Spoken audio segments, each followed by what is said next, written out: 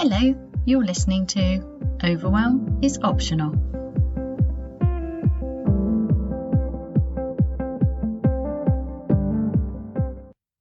Hello, on this week's episode we're talking about mindset. So there's a lot of talk about mindset in the entrepreneurial world, in the business world, and how if you can change your mindset, you can do anything you want. My experience before becoming an entrepreneur was mainly in the classroom, the maths classroom in particular, where mindset has been really powerful. And it stems originally from Carol Dweck's work with growth mindset, where she temporarily put kids into what she called a growth mindset and I can attitude, and they did much, much better on a task. So this was a temporary change in mindset to have an impact on a task. And then she developed that work. And I know she's got a new book out, which I haven't read yet, so I can't claim to know anything about her latest work. But I find it really curious how mindset is used in the business world. And I think possibly it works for some people, but I know it doesn't work for me and my clients the way it's stated, because I think there's more to it. And I think that it's worth examining in more detail so that you can make it work for you. So when mindset is done in a really simple way, it's the idea that if you just change your mindset, so often this is, you just need to value your services more and raise your prices. You just need to not be so bothered, not get so emotionally attached to the outcomes. So we're talking about business at the moment, but this is applicable to outside of business, in employment, etc., just normal life. So the idea is that, if you don't make a sale, you don't get a client, just move on. Or you need to raise your prices if you want to be successful, because obviously you have to make money in business, or it's not sustainable and you can't serve anyone. So you just need to raise your prices and be okay with that, as if you can just kind of turn off the resistance to raising your prices or charging what you're worth. And I think what's actually more powerful about attempting to change your mindset is to examine the resistance to it, because that's where the information is. At least it is for me and my clients. So, for example, if somebody suggests you change your mindset, you have a more kind of go-getting, can-do, nothing's going to stop me, completely unemotionally affected by what happens to you in daily life, and you're getting resistance to that, then listen to the resistance. Just have the courage to just get out of your head with I ought to be able to change my mindset. I ought to be more positive. I ought to be more successful. I shouldn't be so impacted by whether I get a client or not, or whether I get praise at work, or whether my kids are talking to me or not. All of the things that are important to us, the things that do make us happy. But that roller coaster, the idea is that mindset, if you have a more positive mindset, you won't be so negatively impacted, and therefore you will be more successful in life. So there's going to be resistance because we're actually looking at core beliefs. So if you take pricing and selling, or being successful at work, you're actually talking about your own self-worth. And if somebody comes along and says, you just need a more positive mindset, you just need to let stuff go more and not get so hung up on it. But you're getting resistance to that. And then your mind is coming in with judgments about the fact that you're not really able to change your mindset. You're not very good at that. That's unhelpful, isn't it? Because now you've got, not only do you need to change your mindset about the thing you were originally told to change your mindset about, but now you've got on top of that this negative layer, because for you it's not that easy. Well, of course it's not that easy. If it was that easy, everybody would wake up in the morning and go, today I'm going to have an amazing day and I'm going to be super successful and everything I do will turn to gold. Now, positive affirmations can work, but not if you just say them over and over and over again without allowing this other work. This you can call it shadow work, it's deeper work. It's really powerful when you change your mindset by allowing all of this resistance to come up. That's when it gets powerful. But you don't need to do it as some huge breakthrough, some derailing emotional roller coaster. You don't have to do it that way. You can just do it gently. So you can just do it in tiny, tiny ways. So if you want to change your mindset to a more positive mindset, but you keep getting negative thoughts coming up about shoulds or self-judgment, then just drop out of your head into your body and notice the resistance. Just notice it. How does it feel when somebody tells you you need to change your mindset? And just notice in the body. Really listen to the body and notice where that feels good, because there might be times when you're told to change one aspect of your mindset and that feels like really good. Oh, I didn't know I could think that way. That's a great way of thinking. I love that. That makes sense to me. And you can notice the release in the body. So that mindset isn't just in your mind, it's the whole of you. It's almost like that's where you were going. That's what your thoughts were. And somebody said you can look at it this way. That consolidates a process of change that was already happening to you. So that change of mindset makes sense because you're ready for it. And then it just feels really good. And then you might need to practice it because it might be true for you, but it might be so new and your old habits are pulling you back that that's when a positive affirmation can be really helpful because it's a reminder of what's already true for you, but isn't yet a habit. So it's not embedded. That can be really useful. But I would still recommend when you do the positive affirmation that you drop into your body, because what you want is every cell in your body, your whole being, to really know that's true for you. And that can take time, and that's okay. So it doesn't need to be, it's not ever going to be one shift. You know, when Carol Dweck did the work with kids, it was a temporary change of mindset. For it to be a long-term one, that's emotional, that takes time. So the good thing about it's kind of more, it feels more simple in a classroom. Maybe it just does to me. So you put kids into a temporary mindset, positive mindset, and then growth mindset, and then they have success at maths, which is emotionally difficult to learn for most people. A lot of kids have trauma or deep emotional memory related to the learning of mathematics by the time they get to secondary school. It just is the way it is, unfortunately.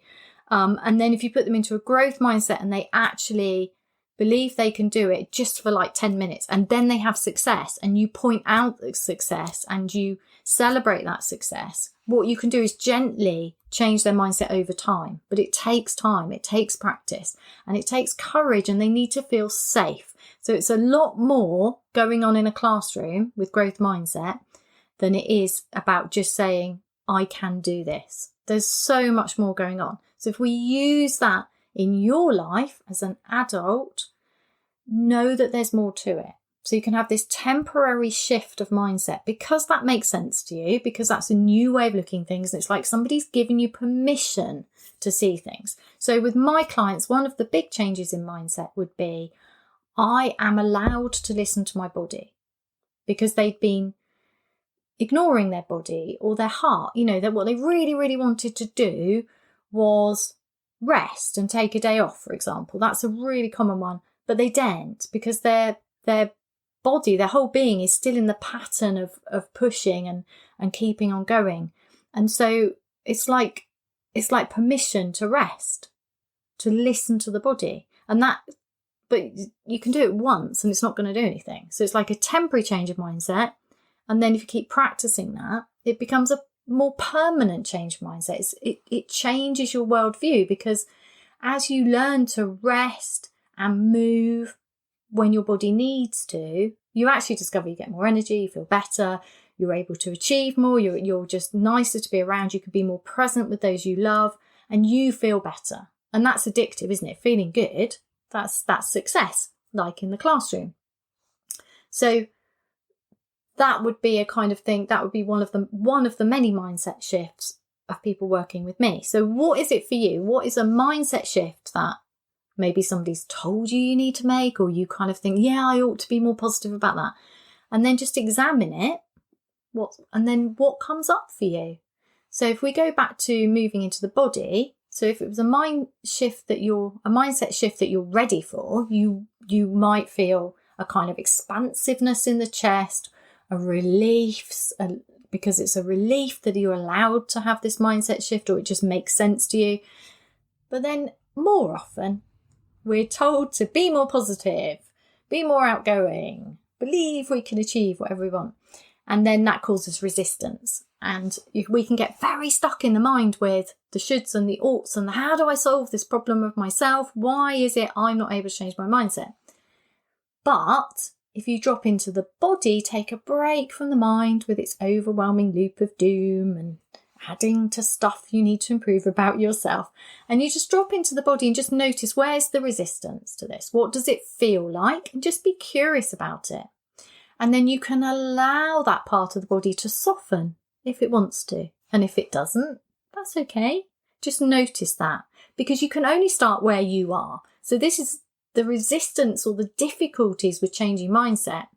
Dropping into the body and exploring them just for a couple of minutes is interesting, useful, and ultimately, I believe, an easier way to change your mindset. Now, you might think, this is crazy. Heidi, you can't change your mindset, which is by definition in your mind, by dropping into your body. And I say, actually, I think you can, because the body holds the score. It holds a lot of stuff. The mind isn't separate from the body. So to me, it's easier to use the parallel release in the body and then do it with the mind. It's just easier. I mean, we're doing it simultaneously, but we're purposely taking a break from the hard work of trying to change our minds. Our minds, by definition, do not want to change. They are rigid for a reason. They're trying to keep us safe. And going against anything that tries to keep you safe is really, really hard work. It's easier to get out of the mind, out of the head, take a break, and it's really nice anyway. Drop into the body, notice the resistance, or not even resistance, just notice what it feels like for you. So whatever your mind, whatever the mindset shift is that you want to kind of aim for, you can say it. So you might have a positive affirmation somebody's given you, and you might think, yeah, I really like that, but it just feels weird. It doesn't feel like me. And then you could just drop into the body, allow the words to wash over you, and notice curiously, kindly, compassionately what comes up for you. And then just if there's anywhere that feels really nice with those words washing over you, then you can get curious about those, just sit with that, see if the nicer feelings, the feelings of ease, buzziness, release, see if they want to spread through the body. That's really nice practice. And then also, I mean, this is often, I always say the overwhelm and the ease coexist. So it can be likely that you've got bits of your body that are going, this is really good. I wish I could really, incorporate this new affirmational mindset into my life. But then there's other parts of your body that are like tensing up or feeling heavy or just feeling uneasiness. And just notice that. Be curious. Where is it for you? So for one of my clients, it's always her belly. And her belly's like the canary in the coal mine. So it's kind of irritating because it's like it's always going to my belly. But actually, if you know that you have a particularly sensitive part of your body, then learning to listen to it is really useful, because that means that when something's not for you, you know. Or if you're not sure whether it's for you, it's just information. And then you can decide whether you want to override it because you want to push yourself, or whether you want to just pause and slow down and go at the right pace for you. So very often with mindset work, people can get stuck in a negative spiral of what's wrong with me? Why can I not change my mindset? Why is this not working for me? And then that can lead to this feeling isolated, like there's something wrong with you, and there's nothing wrong with you. You are perfect. You are perfect and a work in progress. And the work in progress is the letting go of the junk, the rubbish, the habits that no longer serve you. And mindset work is part of this work. So changing your mindset, for example, another one would be accepting that you are both perfect and a work in progress. That's a mindset shift. If you've never heard that before, which comes from the Zen tradition, if you haven't heard that before and then you hear it and think, oh, I like this. This sounds really interesting. But it's not part of you yet. It's not embodied. It's not true for you yet. It still seems like just a bit weird. Then it's best to just slow down. Yeah, sudden mind shifts are just I actually think they're probably not quite true, as in it feels like it was a sudden mind shift, but it's been a long time coming and now everything comes together. Or it's a mindset shift that's temporary and then your body has to catch up and then your habits have to catch up, and you can support yourself in doing that. But it's very difficult to just change your mindset, especially by shouting positive affirmations every morning. And people, I see it all over the internet. Yes, you just need to tell yourself you're amazing. Well, if you keep telling yourself amazing but you don't feel amazing, then you're not on your own side and you get into a battle between your head and your head. Yeah, your mind goes around in circles with, yeah, but I'm not amazing because everything's not working out the way I intended and I've been saying this stuff for ages. So, yes, I see it as mindset work is deeper than this. It's actually more useful than it's being presented as, because it is deeper. It's not a shallow thing for a lot of us. Maybe for some people it works. I don't know. The research on positive affirmations suggests it doesn't work. And the research on mindset, when it is used in that way, in that more shallow, quick way, is also that it causes problems. So, yeah, get out of your head, drop into your body. Pick your positive affirmation or your mindset. Allow the words to wash over you, but control your attention. So it's not in your head, it's in your body. And you have to do it over and over again. And then just see what comes up for you in the body. And if there's stuff that feels not so fun, so restriction, heaviness, unease, just see if you can hold that part of the body in kindness and allow it to soften if it wants to. And if it doesn't, respect that. I think this is so important, this respecting where we are now on our journey, where we are, how we feel. You can only start where you are. And ultimately, this is all a journey of deep love and self-acceptance. So start where you are. When somebody tells me to change my mindset, it causes resistance. It makes me feel like there's something wrong with me. Drop into the body, notice what that feels like, curiously and kindly, as physical sensations without judgment. The mind will get involved with judgment and oughts and how you should be able to relax. Ignore that. Control your attention. Don't try and calm the mind or change the negative with positive.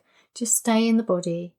Notice what comes up for you. Allow anything that's ready to be released to go.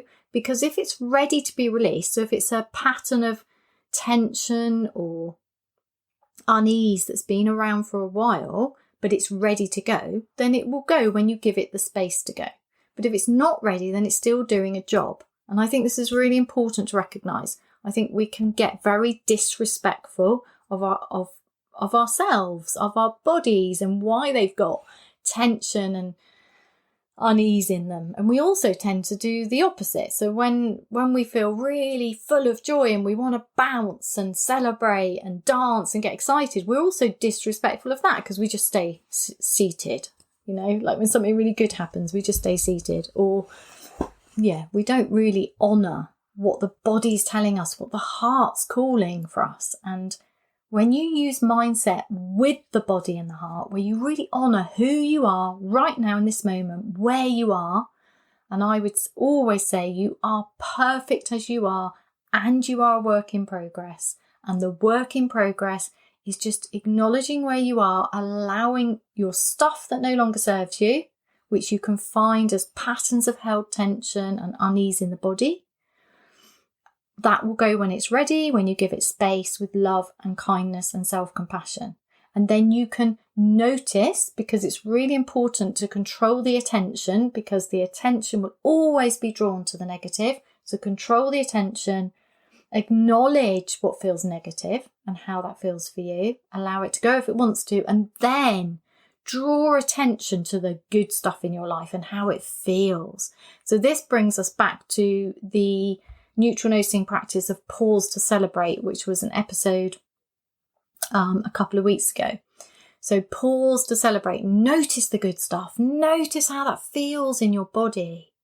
Allow those feelings to spread. So often those feelings are feelings of expansiveness, of ease, of, so kind of release, energy, which might feel like buzziness. I don't know. It feels different for everyone. You need to know what it feels like for you. And what's really, really helpful is to notice when the body has feelings of buzziness, energy, excitement, release, and draw your mind's attention to it so that you rewire your brain, because you're rewiring your brain every day. Everything you do wires your brain to be better at doing it.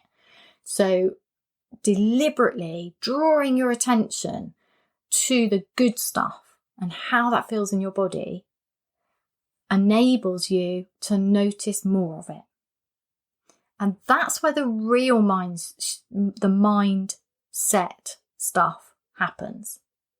Because just going for the mind without the body is hard work. When it's really deep in your cells, when you know your worth, when you love and accept yourself where you are now, whether that's in business just starting out or an experienced entrepreneur, or whether you're in employment or you're not in employment, whatever it is you're doing, just being with who you are now and then choosing if you want to do kind of up leveling of mindset, and then but taking your whole being with you rather than pushing against yourself. It's just more powerful. It's an alternative method if you enjoy how I work, if you enjoy this mind, body, heart work. If it's for you, try it. Just try it and be gentle, be kind, and have fun with it. You know, I think it's always better to come at this work with a playful disruptiveness, with the mindset stuff is supposed to be really helpful. I find it actually quite hard work. It tends to make me feel worse about myself. So let's just see if we can have more fun with it. Yeah? So each time you do a neutral noticing practice, which is what I've just described to you, get out of your head into your body and notice. Each time you do that, it's nice because you're getting a break from your mind. And who doesn't want a break from their mind? I mean, I don't know anybody who sits around listening to their mind and their mind's like, yes, my life is amazing. I'm so happy. You're an amazing person. Just like, that's not what our minds do, because if our minds had evolved to do that, we wouldn't be here. Probably the happy-go-lucky people probably got killed off by avalanches and saber-toothed tigers and plagues and the rest of it. So, yeah, we have evolved from the anxious, the ones who ran from disaster or stood and fought. And this means our nervous systems and our minds are just so negatively biased. And it's just hard work. So have fun with it. Take a break from your ancient mind and its bewildering amount of stuff to worry about. And just notice what's true for you. Dropping into the heart's really nice, and just noticing what's in the heart, and just kind of like holding the heart with like a blanket, like a soothing blanket. So you're just like, yeah, does that make sense? So dropping into the heart, and by the heart I don't mean the physical heart, not on the left, I mean the centre of the chest, the heart space. And just notice any physical sensations there. And just see what comes up for you. And then you can wrap a soothing blanket around your heart and know that you are already okay. That you don't need to force a mindset